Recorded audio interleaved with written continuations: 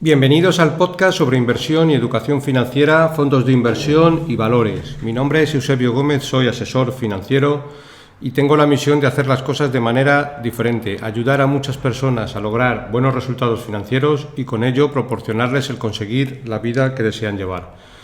Si estás interesado en solicitar una segunda opinión sobre tu cartera de fondos, puedes hacerlo. Si me envías cómo tienes estructurada tu cartera en el momento actual, te puedo mandar una propuesta de inversión personalizada. También puedes enviarme si consideras que revise algún fondo que tienes en cartera y que no comprendes muy bien dónde invierte, qué comisiones de gestión tiene o cualquier otra duda que te pueda surgir. Para ello, como siempre, os dejo mi dirección de email, que es eusgomez@gmail.com. Bueno, empezamos por la responsabilidad y el aviso legal. La actual presentación tiene un carácter informativo y divulgativo. No supone bajo ningún término ninguna recomendación de compra o de venta de ninguno de los fondos o acciones mencionados en este podcast.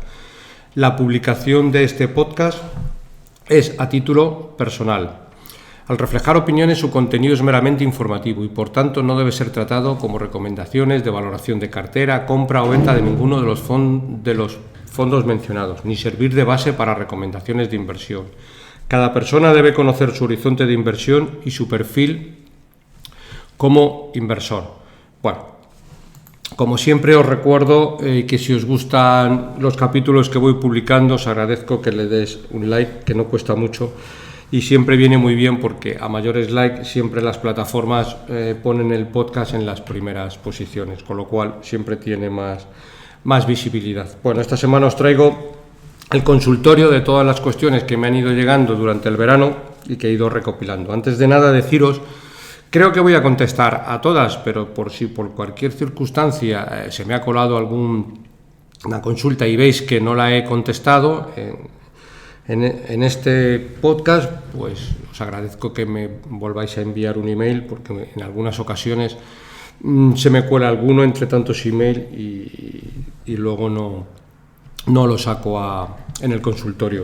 Muchas veces porque a lo mejor en el asunto viene otro tipo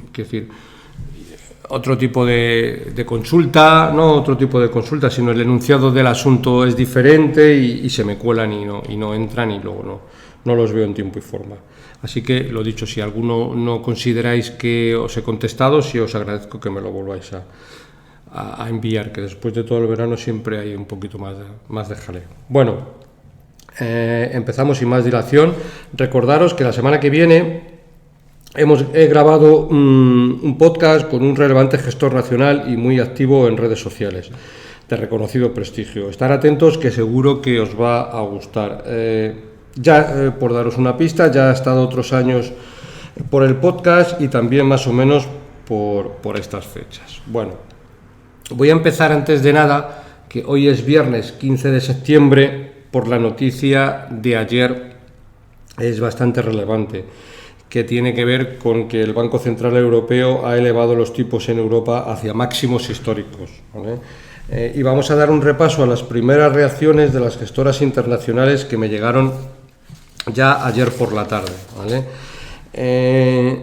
Antes de nada, también probablemente en próximos capítulos voy a hacer un especial sobre renta fija, porque con estos tipos de interés que hay ahora tan elevados, pues están dando una oportunidad de inversión muy interesante en renta fija. Y vamos a repasar un poco el comportamiento histórico que ha tenido la renta fija cuando ha estado en máximos históricos y por qué. Bueno, pues tiene bastante sentido. Como digo, ayer el Banco Central Europeo subió los tipos de interés 0,25 puntos y vamos a dar un repaso antes, bueno, pues a las primeras reacciones de muchas gestoras internacionales que me fueron llegando, ¿vale? Es verdad que había poco consenso con la decisión que tomaría el Banco Central Europeo en su reunión de ahora de septiembre. En un lado de la balanza, las primeras señales de una ralentización económica en países como Alemania, en el otro una inflación en la senda correcta, pero aún lejos del objetivo del 2%, y finalmente la entidad monetaria se ha decantado por seguir frenando las alzas de precios al subir 25 puntos básicos los tipos de interés, ¿vale? El nivel más alto de toda la historia. y que ha sido una decisión contraria al escenario al que más probabilidad le asignaba el mercado, que no esperaba ninguna subida de tipos. Al final esta decisión de si subir los tipos de interés pues ha estado bastante reñida y al final el instinto de lucha contra la inflación del Banco Central Europeo se ha impuesto a la preocupación por el deterioro del crecimiento.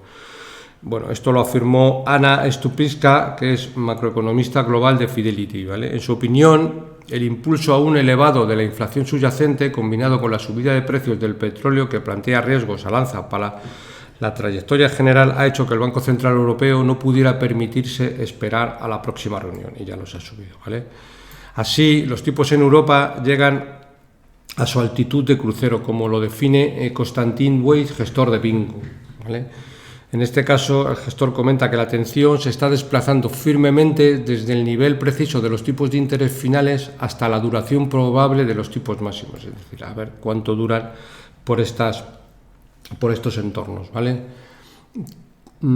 A su vez también Robert Scrans, gestor de carteras del equipo de renta variable europea de Janus Henderson, también comenta y dice: a juzgar por el lenguaje de la declaración y la rebaja de las estimaciones de inflación a medio plazo, parece que el Banco Central Europeo ha dado por concluido el ciclo de subidas. Históricamente también parece que los mercados de renta variable les ha gustado la última subida de tipos de un ciclo, tanto si ha seguido una recesión como si no. Vale, más comentarios. Según las gestoras así lo interpretan, del torno de Christine Lagarde durante la conferencia, basándose en la evolución actual, la presidencia del Banco Central Europeo indicó que los tipos de interés vigentes se consideran adecuados para reconducir la inflación hacia el objetivo deseado. John Mayer, director de inversiones de Global X, en consecuencia, comenta: el experto siente que la intención es mantener estos tipos elevados durante el tiempo que sea necesario para alcanzar este objetivo. Por su parte, Monday Bellatiet, director de crédito corporativo de Vontobel, que la frase clave de la conferencia de Lagarde es esta: el Consejo de Gobierno considera que los tipos de interés oficiales del Banco Central Europeo han alcanzado niveles que, mantenidos durante un tiempo suficientemente largo, contribuirán sustancialmente a que la inflación vuelva a situarse oportunamente en el objetivo. Bueno, por otro lado, Nicolás Forest, director de inversiones de Candrian, se pregunta: ¿corre el BCE el riesgo de cometer un error político similar al de 2011? Y comenta: aunque las perspectivas macroeconómicas son completamente diferentes ahora, la actual subida de tipos podría frenar aún más la demanda de crédito, que ya se ve afectada negativamente. La economía de la zona euro ha tenido un rendimiento inferior al esperado y Alemania, su mayor economía, parece encaminarse hacia una recesión, ¿vale? Además, esta decisión ya se produce a pesar de unos datos de actividad muy débiles en los últimos meses. De hecho, Felix Fiat, analista económico de Aberdeen, cree que el Banco Central Europeo sigue subiendo los tipos en una recesión que probablemente ya esté en marcha. El último incremento podría agravar la recesión y ralentizar la recuperación. Por su parte, más comentarios. En este caso nos lo hace Sebastián Bismara, economista macro global de Bain & Mellon. Lo que viene a decir es que los recortes de tipos ya van a llegar en 2024, cuando se haga patente la recesión, como también lo ve Fiatier, que es el que hemos hablado antes, ¿vale? Si bien cree que no se producirán hasta el segundo semestre del 2024, un poquito más tarde de lo que espera el mercado, también piensa que una vez comience el ciclo de relajación, es probable que se produzcan recortes de tipos más rápidos y más importantes de lo previsto, ¿vale? La inflación rozaría el objetivo en 2025, ¿vale?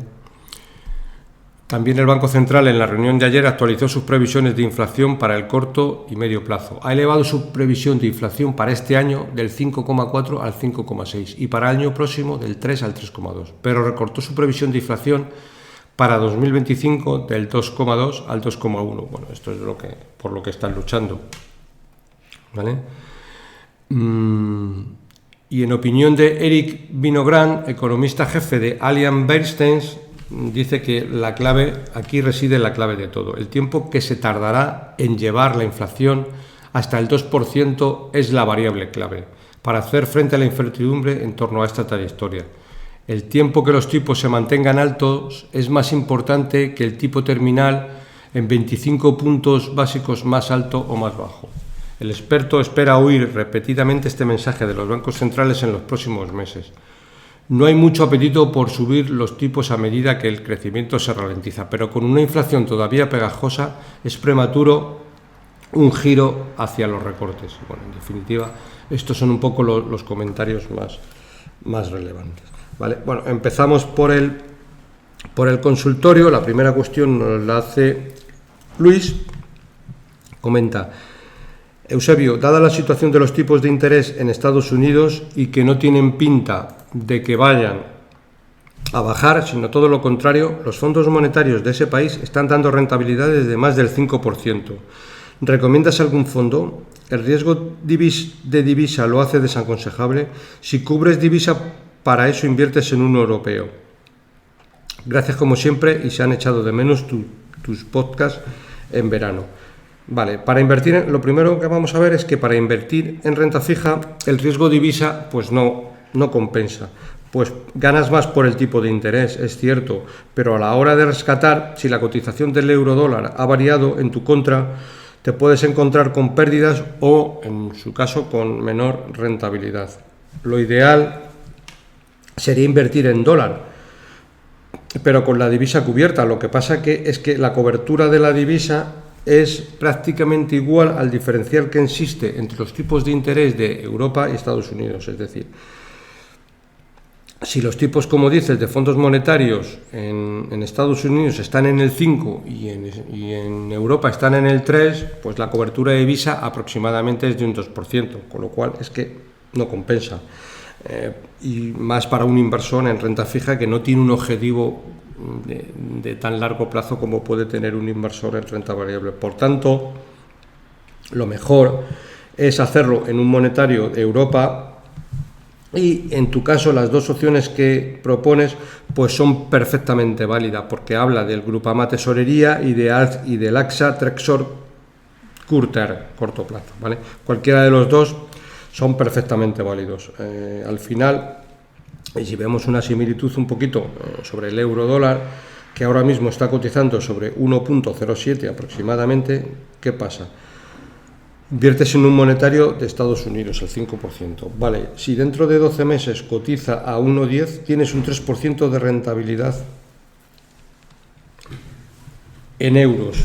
Y solo por ese efecto divisa te lo estás comiendo, es decir, lo tienes en negativo, ¿vale? Cierto es que si se va a 1.04 lo ganarías adicionalmente al monetario, pero al final, cuando invertimos en renta fija, lo primero que tenemos que pensar es en no perder. Y bueno, de activar las vías donde podamos tener los menores sustos posibles. Por eso, bueno, yo invertir en un monetario y en Estados Unidos para un inversor que está en euros no tiene mucho sentido. Lo hacemos en renta fija, monetario euros, y, como digo, acotamos el posible susto, posibles pérdidas, que en renta fija no es lo que deseamos. Segunda cuestión, Guillermo nos hace la siguiente pregunta. Buenos días, Eusebio. En primer lugar, gracias por tu labor divulgativa. Sigo aprendiendo mucho de tu contenido en el podcast y por la ayuda que me proporcionaste hace unas semanas cuando te planteé algunas dudas. De cara a tu próximo consultorio, te adjunto la composición de mi cartera de fondos objetivo que estoy construyendo con aportaciones mensuales hasta 2025, para cualquier comentario o sugerencia de mejora. Debo aclarar que la cartera es 100% renta variable. El objetivo de inversión es de acumulación de patrimonio con un horizonte temporal a largo plazo, y mi tolerancia al riesgo es bastante alta. Por otro lado, dispongo de depósitos y cuentas remuneradas donde asumo un riesgo mínimo para asegurar que en momentos de caída o emergencias no tomo ninguna decisión incorrecta, en este caso vender. Me planteo la cartera en 4 grandes grupos. El primero Comenta un MSCI World indexado de bajo coste, donde tiene el 41%, el segundo grupo Value Global, compuesto por AZ Valor y Oros, donde tiene un 17%, el tercer grupo, digamos, Growth Global, con Shailen y Baillie Gifford, un 17% con fondos específicos de pequeñas compañías, algo de Estados Unidos, también de pequeñas compañías y de Asia, donde aquí tiene fondos específicos de pequeñas compañías para Europa, 7, 5 y 5, aquí me sale 5 y 5, 10, sí, y un 25%. ¿Vale? Ahora veremos los fondos. ¿Vale? Como te decía, aportaciones mensuales a todos los fondos, con excepción de My Investor Value, donde aceleré mis aportaciones antes de que se cerrara la clase inaugural, y por ahora no tengo pensado ampliar la posición mediante la B, al tener ya mucho peso en la cartera. ¿Vale? Como posibles cambios en la cartera, me he estado informando sobre el fondo Azagala, gestionado por Daniel Tello, y me parece muy interesante. Por otro lado, quizá tenga poca exposición a mercados emergentes. Solo parcialmente el fondo asiático, posiciones concretas sobre todo de Oros y Baillie Gifford. ¿Qué opinión tienes al respecto? Vale, vamos a dar una vuelta a la cartera. En relación a los posibles cambios, me he estado informando sobre el fondo Azagala y efectivamente es un muy buen fondo y perfectamente lo podrías meter en cartera. Lo que vamos a hacer es, mi consejo es cambiar algo los pesos que tienes en cartera y vamos a ir desgranándolo. Por ejemplo, si empezamos por el Vanguard Global Stock, es decir, por el indexado, yo aquí lo bajaría, tienes un 41%, claramente lo bajaría, y lo bajaría al 25%. El My Investor Value también tienes un 16%, también lo bajaría en este caso al 10%, me parece. Bueno, pesos, en este caso, por ejemplo, el My Investor Value, peso demasiado elevado para ser un fondo que lo gestiona una única persona y no un equipo de gestión, con lo cual lo bajo un poco por eso. Es un fondazo, muy buen fondo, pero al gestionarlo solo una persona, pues yo en este caso lo bajaría un poco. Y lo que también haría sería subir el peso de los que tienes, que tú le llamas Value Global, que son AZ Valor y Oros, en un 17%, y aquí lo subiría a un 25%. ¿De acuerdo? Que prácticamente es lo que estamos quitando del Vanguard Global Stock. ¿Vale? Y lo que también haría sería la parte, bueno, Baillie Gifford y el Trident American Small Cap también lo dejaría, pero sí que subiría un poquito el peso en Asia. Subiría el fondo que tienes en Asia, que es el Matthew Asia Small Cap, y lo subiría un 6% más para prácticamente llegarlo al 10%, 10 o 11%, que es la parte que al final hemos quitado del My Investor Value. Y no porque sea un mal fondo, es por tener un elevado riesgo gestor en una única posición. ¿Vale? Espero haberme explicado bien, pero vamos, al final se quedaría el Vanguard en un 25%, el My Investor Value un 10%, Az Valor lo subiríamos a un 15%, Oros Value Internacional a un 10%, Shailen le seguiríamos dejando en el 10%, Baillie Gifford 7%, y el Trident le seguimos dejando en el 5%, y la parte que hemos quitado, el 6% que hemos quitado del My Investor Value, pues lo meto en el Matthew Asia Small Cap. Y con eso tendríamos una cartera que en cualquier caso tenías una cartera bastante buena, pero bueno, ya que haces la consulta, pues yo haría cierta variación en los pesos indicados. ¿De acuerdo? Bueno, vamos por la siguiente cuestión. En este caso nos la hace J. Plaza y nos dice: hola Eusebio, antes de nada agradecerte y felicitarte por la información que nos compartes. No hay episodio que no escuche, incluso varias veces, para estudiar más los detalles que nos dejas. Es mucha información y muy buena. Como te indico también en el asunto, me gustaría lanzarte una consulta de cara a un futuro programa. Si es el de este viernes, perfecto. Si no, cuando mejor te venga en tu planteamiento. En el último podcast comentaste que en el discurso que dio Howard Marks recomendaba invertir en el sector de la energía. Me gustaría que comentaras algún fondo de energía interesante. He mirado uno bastante global que me ha gustado y asimismo me gustaría que me dieras tu opinión sobre el mismo, que es el BlackRock Global Funds. Aquí en este caso J Plaza lo que nos hace es, me envía los dos ISIN de dos fondos de BlackRock Global Funds. Uno es el X2 y otro es BlackRock Global Funds, el A2. ¿Vale? Es decir, que el X2 y dice, bueno, también te pongo también el A2 porque el X2 no consigo encontrarlo en la plataforma donde yo invierto. ¿Vale?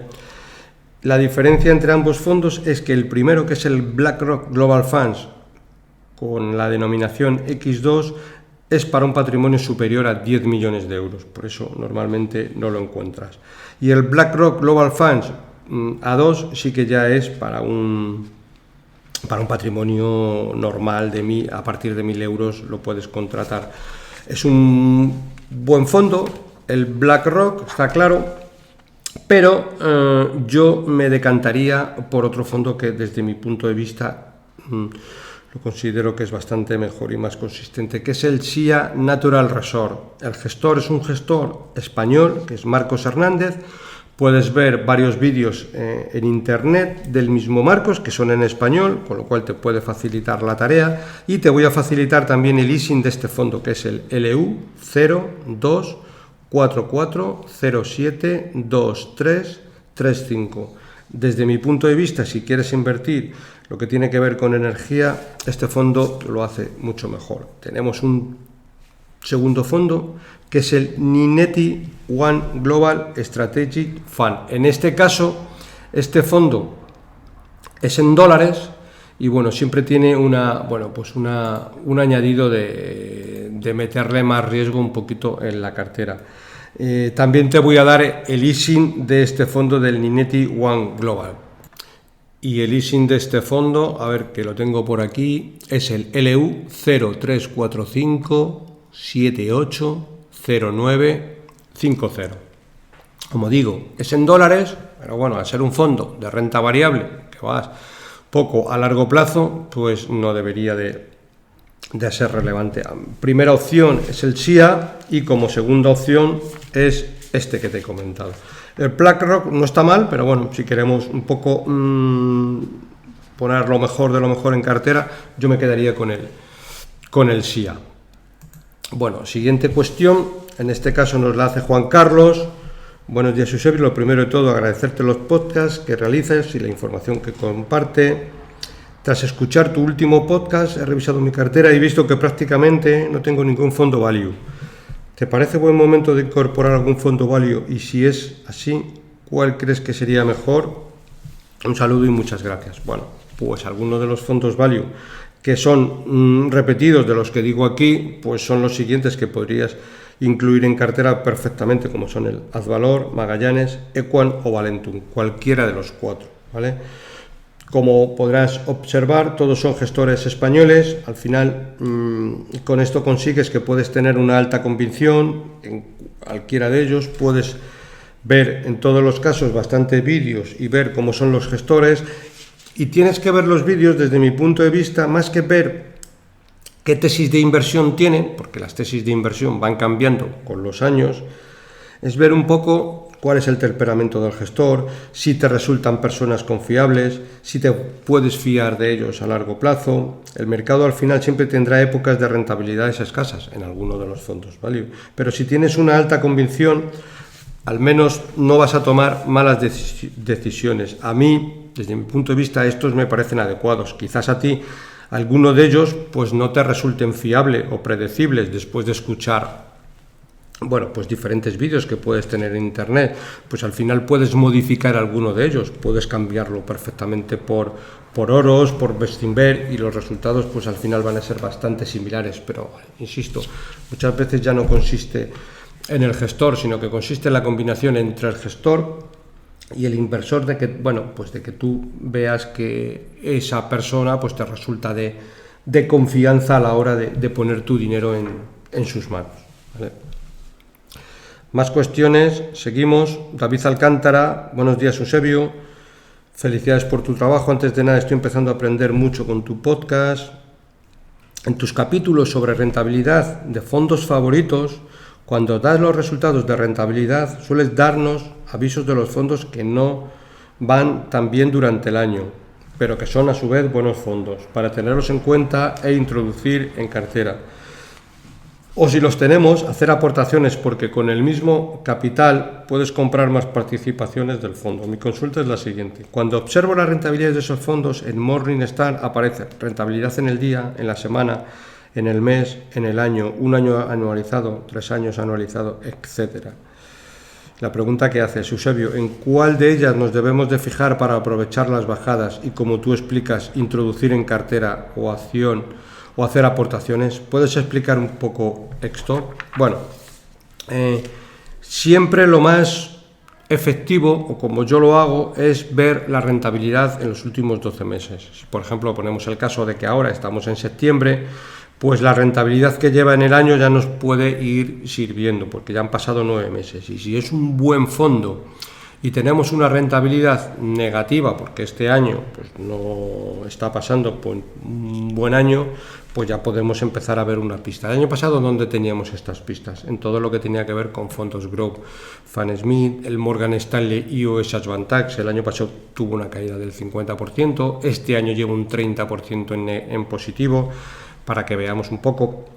Y si el fondo también es muy muy bueno y lleva 24 meses de mala rentabilidad, pues a su vez mucho mejor, porque el fondo es un fondazo, pero lleva 2 años malos, con lo cual también nos puede servir de vía. Al final es pues una mezcla entre 12 y 24 meses últimos, y en cualquier caso nunca fijarnos ni en días ni en semanas de mala rentabilidad, porque eso no indica realmente poca cosa. Bueno, Belén Navarro nos hace una cuestión. Buenos días, he escuchado tus últimos podcasts sobre los distintos tipos de cartera y me han parecido muy interesantes. Tengo una duda sobre los fondos AZ Valor y Magallanes, porque los últimos años lo han hecho realmente bien. Has comentado en alguna ocasión que no te gusta ir a los fondos que más han ganado en los últimos años, porque lo normal es que sufran correcciones. Pero con estos 2 fondos no es el caso, y quería saber tu opinión. Bueno, realmente estos fondos, el año bueno pues fue el año 2022, pero el resto de años pues no han sido años buenos. De hecho, lo hicieron pues en 2021, en 2020, en 2019, mucho peor que el mercado. Por tanto, sigo considerando buena oportunidad ambos fondos. Ahora mismo, incluso AZ Valor tiene un 15% en liquidez, por tanto, incluso es una muy buena opción actualmente, porque de alguna manera lo que estamos haciendo es, estamos invirtiendo en un fondo de renta variable, pero estamos limitando bastante el riesgo. ¿Cómo estamos limitando bastante el riesgo? Pues por un lado, el fondo, como norma general, por filosofía, compra empresas baratas. Si el mercado cae, en principio, estas compañías deberán caer mucho menos, que fue un poco lo que pasó en el año 2022. Es decir, en el año 2022 el mercado, en grosso modo, pues cayó un 15-20% y el fondo de Advalor pues subió un 40%, o sea, una diferencia abismal.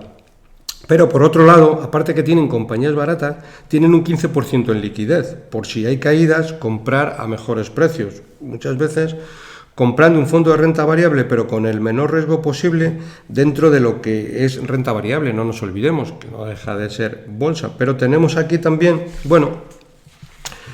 pues una buena ventana de oportunidad para comprar un fondo, por un lado con compañías baratas y por otro lado con una liquidez elevada ante posibles correcciones, que seguro que los gestores son buenos y lo aprovecharán, ¿vale?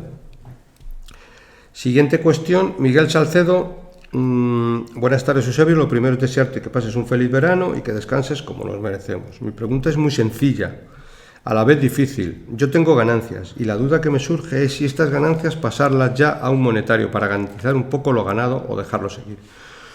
Soy un inversor a largo plazo, pero no es la primera vez que bajan y perder las ganancias. Sigue comentando, reconozco que esta pregunta me la tendría que hacer yo, lo sé, pero simplemente quiero tu opinión. Mil gracias y seguiré escuchándote en iBook o en YouTube. Bueno, como tú bien dices, prácticamente la pregunta te la tendrías que hacer a ti mismo. Es decir, si realmente eres inversor y realmente lo focalizamos a largo plazo, las bajadas no deberían de preocuparte porque es algo intrínseco. ¿vale? Y si te preocupan o si te generan inquietud, quizás no seas un inversor de tan largo plazo como indicas, y muchas veces lo que mismo nosotros tenemos que pensarnos o interiorizar, oye, ¿cómo actuaría yo si mis fondos bajan un 50%? Porque al final tengo fondos de renta variable y los fondos de renta variable pues pueden caer, ¿vale? Esa es la pregunta que nos tenemos que hacer, más que mirar la cartera, si son buenos fondos, es decir, mirarnos nosotros al espejo y decir, oye, ¿cómo reaccionaría yo? Porque si yo puedo reaccionar de manera, vamos a llamar, poco ortodoxa, o que me voy a poner muy nervioso, pues a lo mejor resulta que tengo un perfil mucho más conservador del que yo mismo creo que tengo, ¿vale? Porque es que en tu consulta va realmente ya implícita la inquietud, ¿vale? Que al final siempre vas a tener correcciones, pero si eres un inversor de largo plazo, no debería ser algo ni que te incomode, ni que te quite el sueño, o algo que te preocupe en exceso, porque la volatilidad y los dientes de sierra es algo implícito en la inversión, y más en renta variable. Tienes que verlo, al final, siempre en términos de beneficios empresariales. Ponemos siempre el ejemplo que en anteriores podcasts ya lo hemos visto, pero también lo recordamos, ¿vale? Al final el S&P 500, es el índice de la bolsa americana, cada 10 años dobla sus beneficios por acción. Pues esto significa que en 10 años pues va a pasar de todo, pero esto no significa que como inversor tengas que estar pendiente de cada titular, porque esto es más perjudicial que beneficioso. Otro ejemplo, si inviertes en BRK, es decir, en Berkshire Hathaway, pues ahora mismo Berkshire Hathaway tiene mucha caja, por tanto, si hubiese bajadas de mercado, pues lo normal es que serán capaces de aprovechar dichas bajadas y meter en su portafolio empresas muy grandes, pero a mejores precios, ¿vale? La semana que viene, como he dicho al principio, también haré una entrevista a un gestor que en este momento también tiene bastante cash. Bueno, pues algunos gestores cash en la actualidad, como hemos visto también anteriormente, tienen 15%. Si el mercado cae, serán capaces de hacerlo razonablemente bien. Pues deberías de estar pues más o menos en esas posiciones para que, bueno, pues caídas de mercado sean de menor impacto y a su vez los gestores internamente sean capaces de comprar buenas compañías, ¿vale? Antonio Jimeno, hola Eusebio, siempre escucho tu podcast y muchas gracias por la ayuda. Comentarte que tengo estos fondos porque me gustan y me gustaría tener a muy largo plazo, que serían Fidelity Global Technology, Salem World Group y Vanguard US 500. Mis dudas son si meter otro más, ya que no quiero tener más de 4, me gustaría que fueran 3, ya que no tengo mucho capital. Vale, y mucho capital yo lo he recalcado, porque luego daremos una vuelta a lo de mucho capital. Otra duda es si cambiar el Salem por el Fanesmith o añadirlo como ese fondo 4 o tirar solo con el Salem. Otra si añadir MSCI World en los indexados como fondo 4 junto con el S&P 500, ya que claro, me fijo en algo en lo que ha hecho el S&P 500 y supera al MSCI World. Para empezar, y al no tener mucho capital, yo lo limitaría a no más allá de 2 y en un momento dado, por una concesión mayor, tener 3 fondos, ¿vale? Empezamos por la duda que tienes sobre el primero, no tendría tecnología, con lo cual el Fidelity Global Technology lo quitaría. Fidelity Global Technology, bueno, podría estar en una cartera que en el momento actual yo no tendría más del 5% si es que tuviera que tener algo, porque la tecnología incluso este año se ha comportado estupendamente, pero bueno, tendría una cartera si tendría que tener 10 fondos y pues un peso del 5% pues sería la concesión máxima que daría a la tecnología, no más allá. Si quiero tener 3 fondos, evidentemente no tengo un fondo de tecnología y me inclinaría por fondos más generalistas, que ahora lo vamos a ver. La otra cuestión que preguntas es que el S&P 500 haya superado, por ejemplo, al MSCI World en el pasado, no tiene por qué suponer que lo vaya a hacer en el futuro. Cuando hablo en el futuro hablo de los próximos 10 años. En cualquier caso, al final tenemos que ver una cosa. Si queremos indexarnos, desde mi punto de vista, siempre es mejor indexarse al mundo y no en una región en concreto, en este caso a Estados Unidos, porque al final, por mucho que la economía americana sea mucho más dinámica y que en términos bursátiles sea la que más haya crecido, yo haría un poco todo lo contrario. Es decir, siempre en inversiones es conveniente ir paseando por donde nadie va paseando. Evidentemente siempre con un criterio, no puedes ir paseando por un sitio que nadie va paseando, que es que te compras un chicharro de la bolsa turca y claro, como nadie invierte, pues seguro que te va a ir bien. O sea, no. Tienes que ir paseando por donde nadie va paseando, pero comprarte pues un índice o una cosa que quiere decir que no se vaya a cero, ¿vale? Al final tenemos que hacer un poco, yo creo que la pregunta, en vez de qué es lo que más ha crecido en los últimos 10 años invierto ahí, yo creo que sería la contraria. Es decir, ¿qué es lo que menos ha crecido en los últimos 10 años? Pues al final, ¿qué es lo que menos ha crecido en los últimos 10 años? China y emergentes. Pues en esto yo pondría el foco para los próximos 10 años. Indexarse al final, desde mi punto de vista, es prácticamente no pensar, ponernos en piloto automático, y para eso lo mejor el MSCI World, punto. Nos indexamos al crecimiento del mundo, vamos a tener crecimiento de Estados Unidos, de Europa, de Asia, de Latinoamérica, de todo el mundo. Nos irá razonablemente bien, nos irá mucho mejor que al 85 o al 90% de los fondos que hay en el mercado, que bueno, pues muchos de ellos no son de los que hablamos aquí, pero bueno, pues ya vamos a estar entre las mejores. Pero para eso, MSCI y a correr. Para tu cartera, pues con 3 fondos yo sería suficiente. Si me quiero indexar, cogería el MSCI, una gran parte, y luego tendría el Fan Smith y el Guinness Equity Income. En el Fan Smith, ahora te voy a decir el leasing, y en el Guinness Equity Income, este tiempo atrás hicimos un especial solo hablando de este fondo, con lo cual tienes aquí un capítulo especial. En el caso del Fan Smith, el ISIN es LU 06903758182.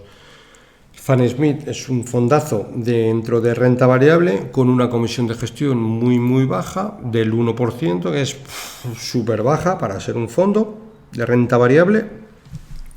Y bueno, pues vas a estar expuesto también al consumo y a la economía del todo el mundo, pero combinado con el indexado te puede ir muy bien. Y en el Guinness Global Equity, pues también un fondo de renta variable global, con el ISIN IE00BDGV0290. Al tener poco capital no es necesario que tengas un tropel de fondos. Con tener, que bueno, no indicas al tener poco capital, me refiero, no indicas cuál es el capital, que no es necesario, pero bueno, ya sabemos que tenemos poco capital. Yo no tendría una cartera con poco capital y con 14 fondos, aunque los 14 fondos sean muy buenos. Creo que el concentrar muchas veces es mucho mejor, ¿vale? Siguiente pregunta, Juan Calejero nos hace la siguiente pregunta.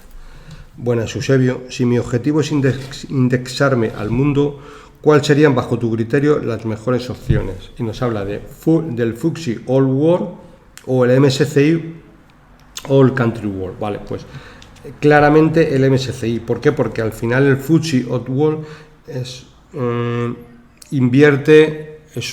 un indexado a la bolsa del Reino Unido, con lo cual siempre es mejor, si quiero indexarme, al MSCI. La bolsa del Reino Unido puede estar muy bien, de hecho ahora mismo es una de las bolsas que en términos de valoración está bastante barata, pero si me quiero indexar un poco al mundo, es mejor siempre el MSCI, que nos coge todo el mundo, ¿vale? Luis hace otra pregunta. Buenas, Eusebio, estaba pensando en invertir en fondos de renta fija dada la coyuntura actual. Para ello, entre otras cosas, estoy reescuchándote tus podcasts donde hablas de renta fija. Tengo 3 dudas, una de concepto y 2 de opinión. La duda de concepto. Pongamos que tengo un fondo cuya cartera como media da un yield del 5% y una caducidad de los bonos de 2 años. ¿Esto quiere decir que al vencimiento esos bonos deberían de dar ese 5% anualizado? Correcto, esto es así.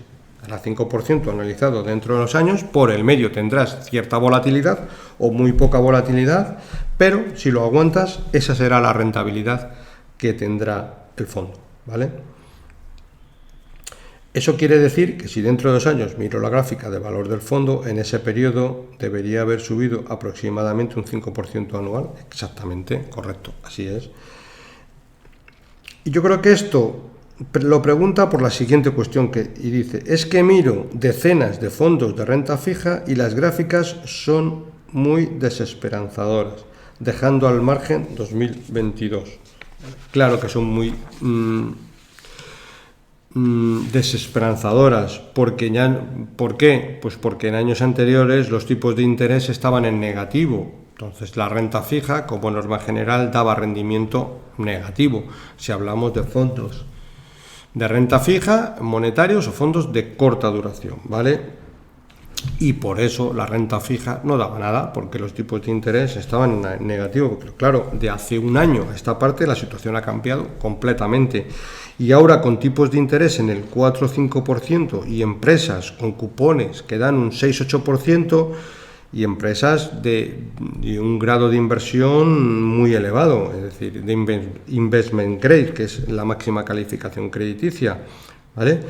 Empresas buenas con unos rating incluso un poquito menor de máxima calificación crediticia ya nos pueden estar dando un cupón del 9%, es decir, cupones muy elevados, ¿vale? Tenemos que recordar que Alemania estuvo durante muchos años con bonos a 10 años emitiendo en negativo. Esto quería decir que tú invertías 100 euros en el bono alemán y dentro de 10 años te daban aproximadamente 98, 97, es decir, tenías pérdida asegurada a 10 años, con lo cual pues muchos fondos de renta fija pues era lo que daban, ¿vale? Pero lo que sí que tienes que saber es que la rentabilidad pasada en renta fija no tiene nada que ver con la rentabilidad futura, por esto que he explicado, porque los tipos de interés no tienen nada que ver como estaban anteriormente y como está ahora, ¿vale? También una segunda cuestión, estaba pensando en contratar este fondo, que es el Sextant Bond Picking, porque ha subido muy poco este año y debería subir en un entorno a un 5%. Correcto. Es correcta, quizás no suba lo que es 1 de enero, 31 de diciembre, pero lo que está claro que desde el 15 de septiembre del año 2023 hasta el 15 de septiembre del año 2024, este fondo, el Sextant Bond Picking, debería de darte una rentabilidad muy aproximada al 5%, ¿vale? Con cierta volatilidad, aunque es una volatilidad mucho más rebajada que la volatilidad de la renta variable, pero debería darte aproximadamente ese tipo de interés, ¿de acuerdo? Vale. Siguiente cuestión, nos la hace Maci Niel. Buenas, Eusebio, como siempre, muy buen trabajo el que haces en tu podcast. Una vez más acudo a ti a ver si tienes analizado un ETF. Y el ETF que comenta es el IE00B5BMR087, ¿vale? Si tienes un rato para dedicarle y me dices que lo espera. Muchas gracias, ¿vale? Bueno, esta cuestión es bastante sencilla. Si nosotros simplemente vamos a Google y ponemos en el buscador de Google este ISIN, pues nos aparece directamente el fondo. Y este fondo no es otro que el Ishares SP500. Es decir, y al final, como su nombre indica, SP500 es un ETF que replica al índice SP500, que es el índice de la bolsa americana, ¿vale? Ishares, bueno, por si alguno no lo conoce, pertenece a BlackRock, que es una de las prácticamente grandes firmas de inversión a nivel mundial. Y bueno, BlackRock tiene fondos de inversión, pero también tiene una gama de ETFs, que es todo lo que tiene, o sea, y el nombre es Ishares. Pero, como digo, lo que aquí estás comprando es que vas a replicar al SP500, ¿de acuerdo? Vale. Siguiente cuestión, nos la hace Javier. Hace diferentes preguntas o diferentes reflexiones y además al final lo que viene a decir es un fondo, lo que está interesado es un fondo que tenga exposición a Asia. Bueno, según has comentado en tus últimos podcasts, Asia podría estar barata y estoy interesado en ver fondos con exposición a esta región. Vale, yo en este caso vamos a dar 4 fondos. Empezamos por el primero, que es el Matthew Asia, que en cualquiera de ellos vamos a ir dando. El ISIN Matthew Asia es un fondo que invierte en pequeñas compañías de renta variable bueno, no es Matthew Hacha, perdón, es Matthew China, Small Cap, pequeñas compañías de China. Fondo muy interesante que en los últimos 2 años, como no puede ser de otra manera, lo está haciendo rematadamente mal, como lo está haciendo China, y por eso, bueno, pues es quizás un buen momento de poner el foco, ¿vale? Matthew es una gestora pequeñita, de nicho, que prácticamente todos sus activos los tienen en Asia y es una opción bastante interesante. El ISIN de este fondo es LU 072 187 6364. Tenemos otro fondo también muy interesante de la gestora francesa Amiral Gestión, que es el Sextant Asie, ¿vale? Aquí nos coge toda la región asiática, en el otro nos cogía solo China. También es un fondo interesante, filosofía, value investing, inversión en valor y también, bueno, pues una opción interesante. El código es FR 0014002301. Siguiente fondo, Fidelity China Consumer. Bueno, como su nombre indica, pues está centrado en el consumo interno de China. También una opción muy interesante en el momento actual. El código ISIN LU 0594300096. Y por último, el Morgan Stanley Asia Opportunity, otro clásico del podcast que en los últimos años va rematadamente mal, y también una opción interesante a la hora de invertir. Gestionado este fondo por Christian Hugh. El código es LU 229-53-19-219.